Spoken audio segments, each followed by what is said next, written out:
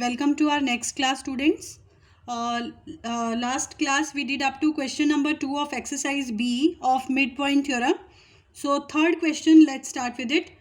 The side AC of a triangle. First of all, you have to draw a triangle.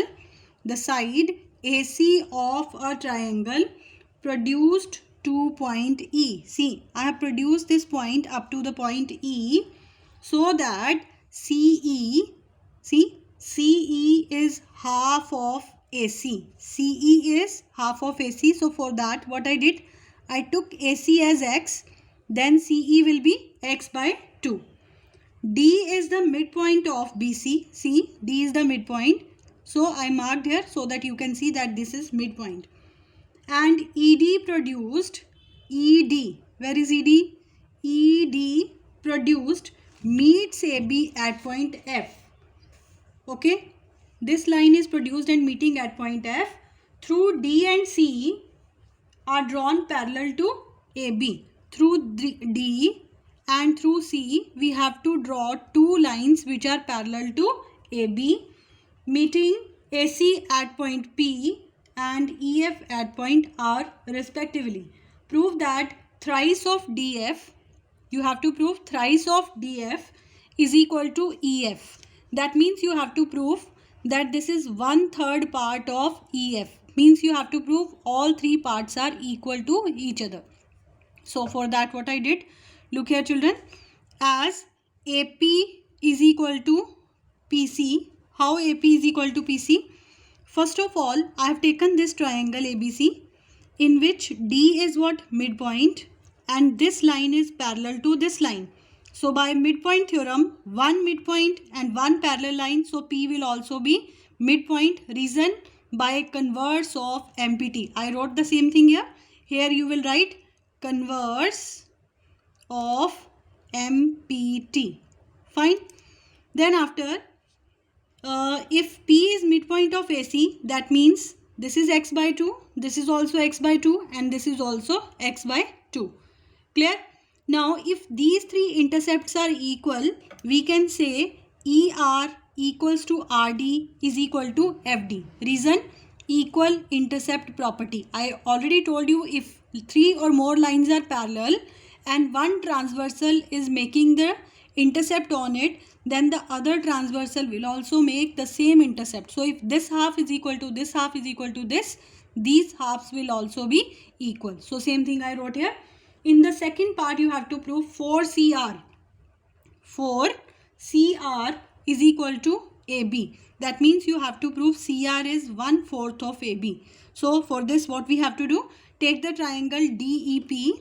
DEP. See, if this triangle I have taken, in this triangle CR will be half of DP. Can we write CR is half of DP? Because in this triangle C is the midpoint, R is also midpoint. So CR will be half of DP, but we need to find relation of CR with AB. Now what we'll do, in the second case, we'll take this triangle ABC. DP will be half of AB, again by midpoint theorem. See, due to the lack of space, I wrote here CR is equal to half of DP and DP is half of AB. Now in place of DP, I can write half of AB. So half into half will make it 1/4 of AB. This is what you have to prove.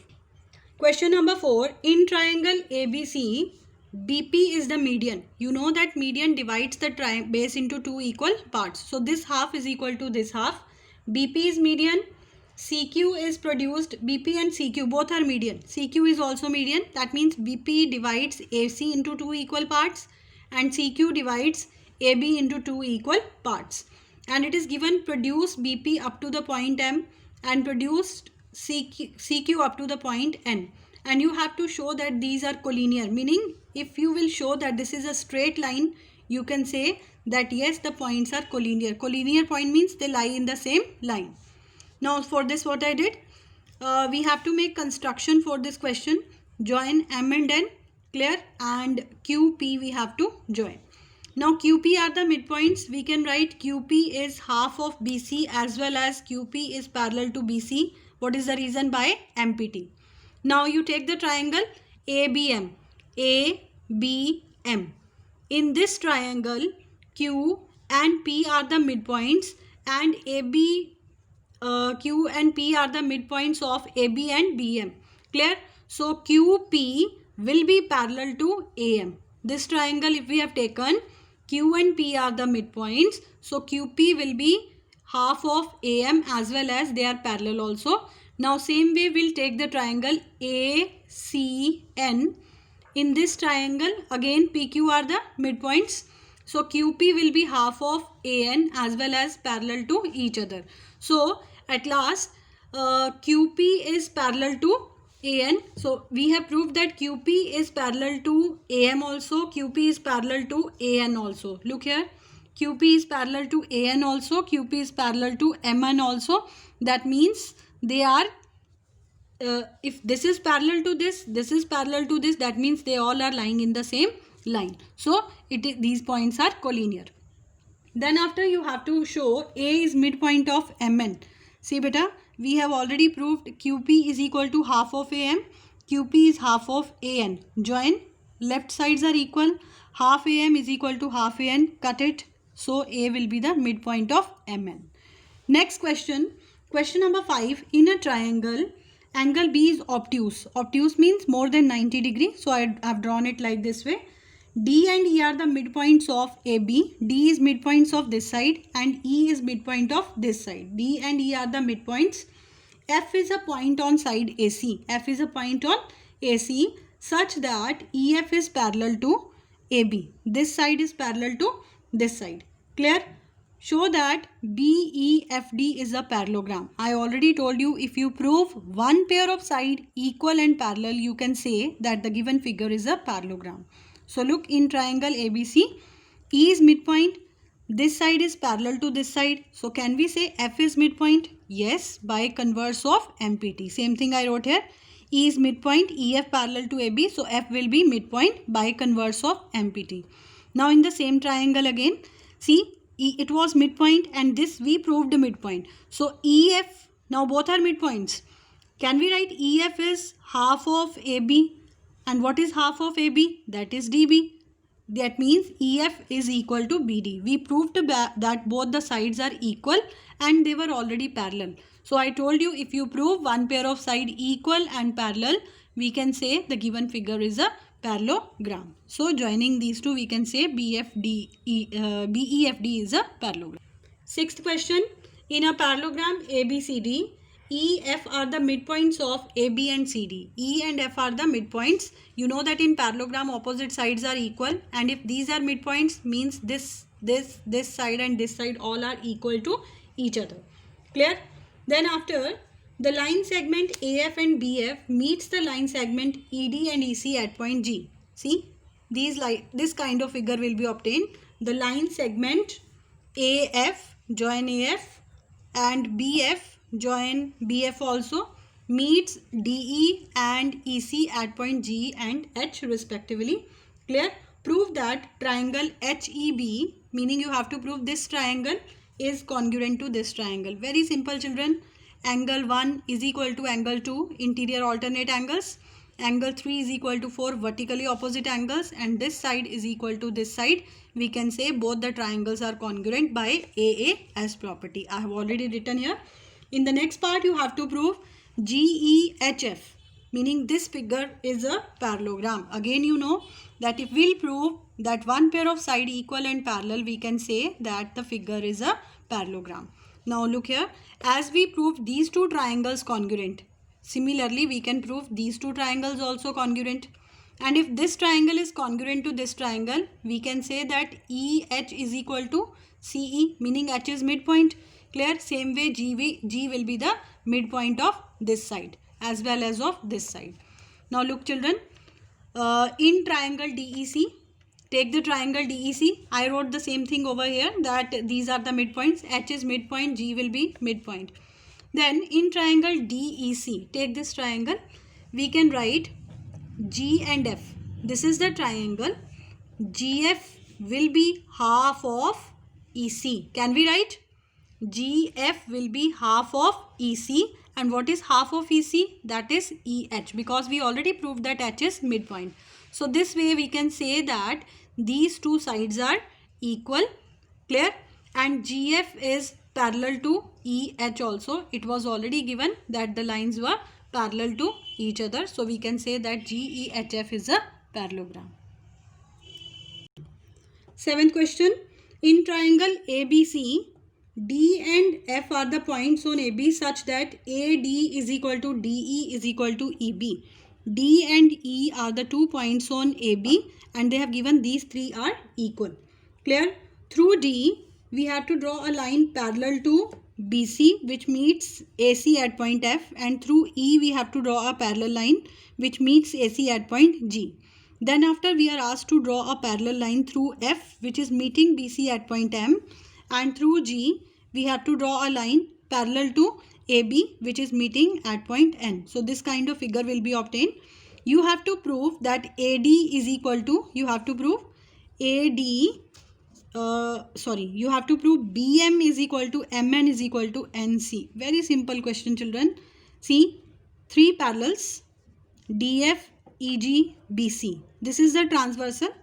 If it is making the equal intercept, we can say AF is equal to FG is equal to GC by intercept property. I wrote AF is equal to FG is equal to GC, equal intercept property. Now beta, these three are the parallel lines. Clear? Now these three are the parallel lines. If this and this are making the equal intercept, we can say BM is equal to MN is equal to NC. In first case, we have taken this pair of parallel lines. In second case, we have to take this group of parallel lines. If AF is equal to FG is equal to GC, we can say BM is equal to MN is equal to NC by equal intercept property. Question number 8. In triangle ABC, M is midpoint of AB, N is midpoint of AC. D is any point in the base. D is any point in the base of BC. Use intercept theorem to show that MN bisect AD. You have to use intercept theorem only. You have to prove MN bisect AD means you have to prove OA is equal to OD. So as we are asked to prove intercept theorem only, so we have to make a construction because we need three parallel lines. Clear? Draw a line parallel to BC we have drawn.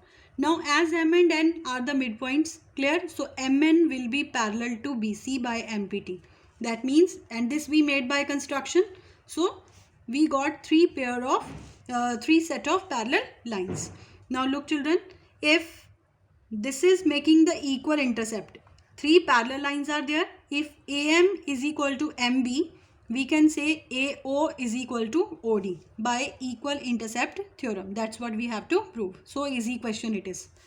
Ninth question, if a quadrilateral, it is a quadrilateral, which kind it is not given, formed by joining the midpoints of adjacent sides of a quadrilateral.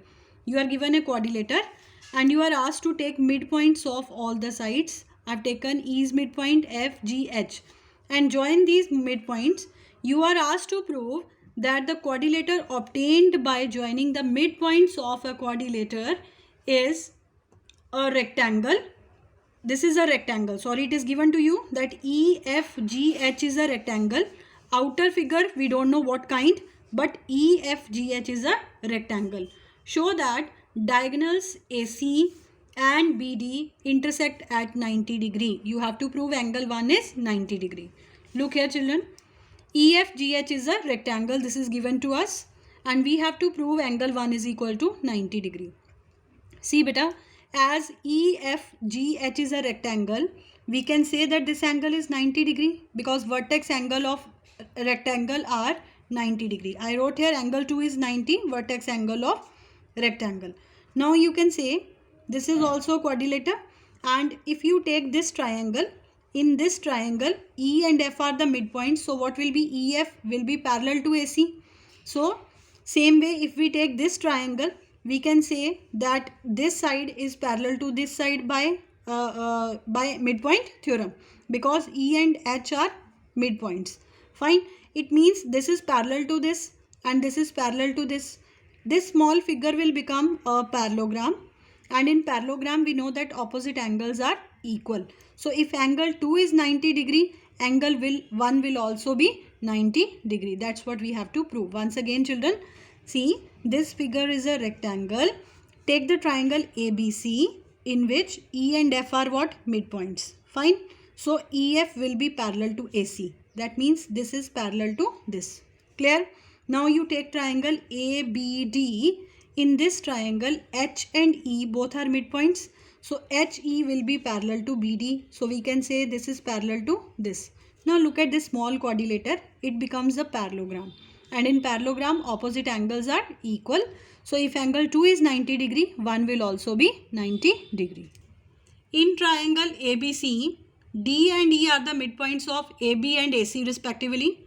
Through E, a straight line is drawn parallel to AB. Through E, a straight line is drawn parallel to AB, which is meeting BC at point F.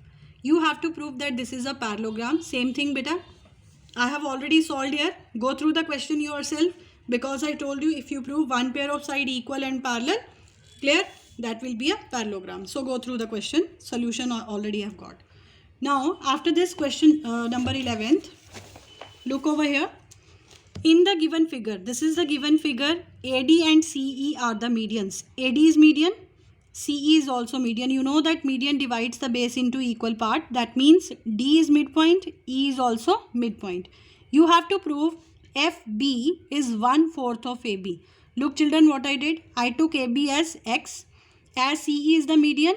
So what will be the length of EB? X by 2. Clear? Now you take triangle. In triangle BCE, start the question from here. In triangle BCE, D is midpoint and this side is parallel to this side. It means F will also be midpoint. In triangle BCE, D is midpoint, DF is parallel to CE. So F will be midpoint of BE. Fine. So if F is midpoint, what will be FB in that case? It is half of BE. What is half of BE? Half of X by 2 will make it 1/4 of AB. 12th question. This is a parallelogram.